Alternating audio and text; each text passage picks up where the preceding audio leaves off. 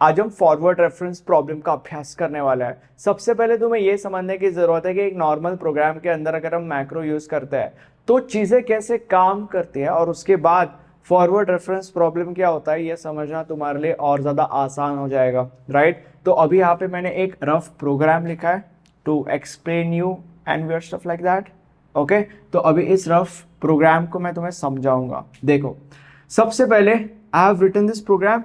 अब इस प्रोग्राम को एग्जीक्यूट करने की बारी आती है। तो अभी पॉइंटर सबसे स्टार्ट से इस प्रोग्राम को एग्जीक्यूट करेगा, ऐसा फ्लो होगा, राइट। तुम ऐसे भी कह सकते हो कि मैक्रो प्रोसेस इस प्रोग्राम को एग्जीक्यूट करेगा। ओके, तो the macro process is like कि अब मुझे इस प्रोग्राम को एग्जीक्यूट करना है। डू डू डू डू डू, सबसे पहले मैक्रो फाइंड, उसके बाद मैक्रो नेम।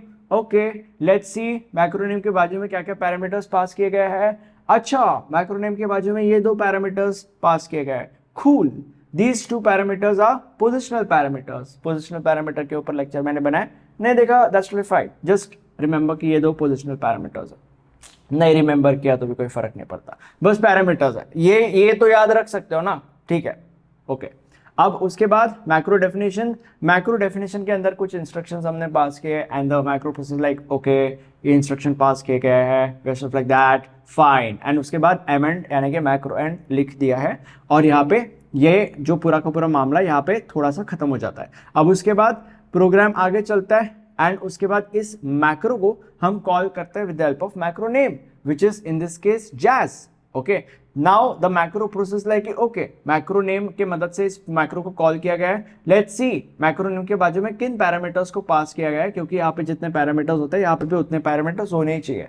तो macro process like okay, macro के बाजू में दो पैरामीटर्स है, फाइन। अब इस मैक्रो डेफिनेशन की मदद से इस लाइन को मैक्रो प्रोसेसर एग्जीक्यूट करेगा, या तो मैं ऐसे भी कह सकता हूं कि इस मैक्रो डेफिनेशन की मदद से मैक्रो प्रोसेसर इस लाइन को एक्सपांड करेगा एंड उसके बाद प्रोग्राम का एग्जीक्यूशन आगे बढ़ेगा एंड यहाँ पे खत्म हो जाएगा। तो बेसिकली प्रोग्राम एग्जीक्यूशन का नॉर्मल फ्लो होता है, तुम ये कह सकते हो, ठीक है।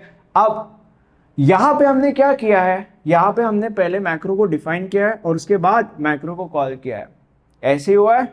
दो सारी की सारी चीजें नॉर्मल है, बट अगर या कभी कभी ऐसा होता है कि हम पहले मैक्रो को कॉल करते हैं और उसके बाद मैक्रो को डिफाइन करते हैं। कभी कभी ऐसा होता है कि पहले हम मैक्रो को कॉल करते हैं और उसके बाद मैक्रो को डिफाइन करते हैं।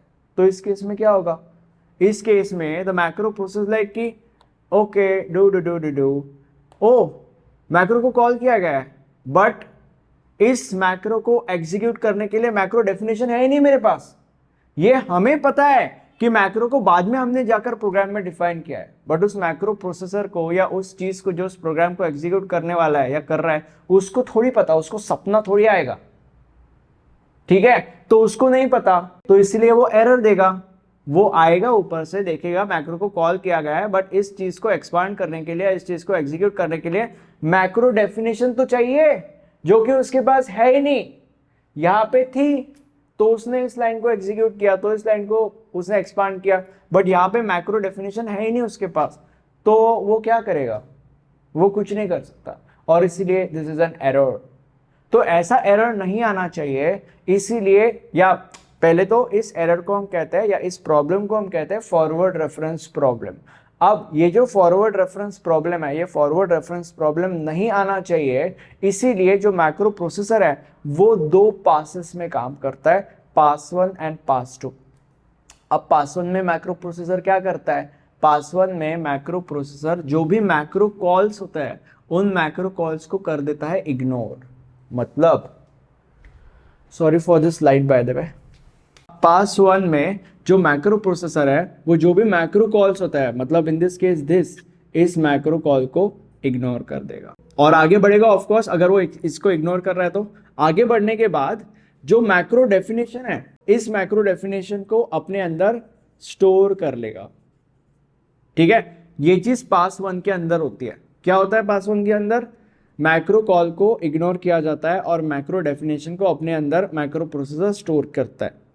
उसके बाद पास 2 के अंदर क्या होता है, पास 2 के अंदर जो मैक्रो प्रोसेसर है, अब मैक्रो पास 1 के बाद मैक्रो प्रोसेसर के पास मैक्रो डेफिनेशन तो है, तो फिर अभी वो मैक्रो कॉल को एग्जीक्यूट कर सकता है, या तुम ऐसे भी कह सकते हैं कि वो अब मैक्रो कॉल को एक्सपांड कर सकता है, राइट। तो पास2 के अंदर जो मैक्रो प्रोसेसर है वो मैक्रो डेफिनेशन के मदद से, जो कि उसके अंदर ऑलरेडी है, उस मैक्रो डेफिनेशन के मदद से इस मैक्रो कॉल को एक्सपांड करता है। या तुम ऐसे भी कह सकते हो कि पास2 के अंदर मैक्रो प्रोसेसर इस मैक्रो डेफिनेशन के मदद से, जो कि उसके पास ऑलरेडी है, इस मैक्रो डेफिनेशन के मदद से इस मैक्रो कॉल को एग्जीक्यूट करता है या एक्सपांड करता है, व्हाटएवर, ठीक है। तो इससे क्या होता है, इससे प्रॉब्लम सॉल्व हो जाता है। तो फॉरवर्ड रेफरेंस प्रॉब्लम का मतलब ये होता है, और एज अ सोल्यूशन या फॉरवर्ड रेफरेंस प्रॉब्लम कभी नहीं आना चाहिए, इसलिए जो माइक्रो प्रोसेसर है वो दो पासेस में काम करता है, पास 1 एंड पास 2।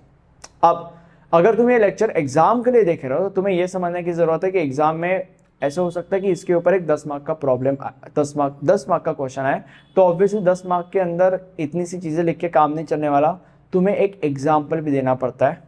तो वो एग्जाम्पल तुम क्या लोगे या उस एग्जाम्पल के जगह पे तुम क्या लिखोगे, इसके ऊपर अगला लेक्चर बनने वाला है, जो उसके ऊपर डेडिकेटेड लेक्चर होने वाला है। और वो जो लेक्चर होगा सेपरेटली उस टॉपिक के ऊपर भी 10 मार्क का क्वेश्चन पूछा जा सकता है। तो मैं ये चाहता हूं कि इस लेक्चर के बाद तुम वो लेक्चर देखो, और वो लेक्चर आपको इस प्लेलिस्ट के अंदर इस लेक्चर के बाद मिल जाएगा।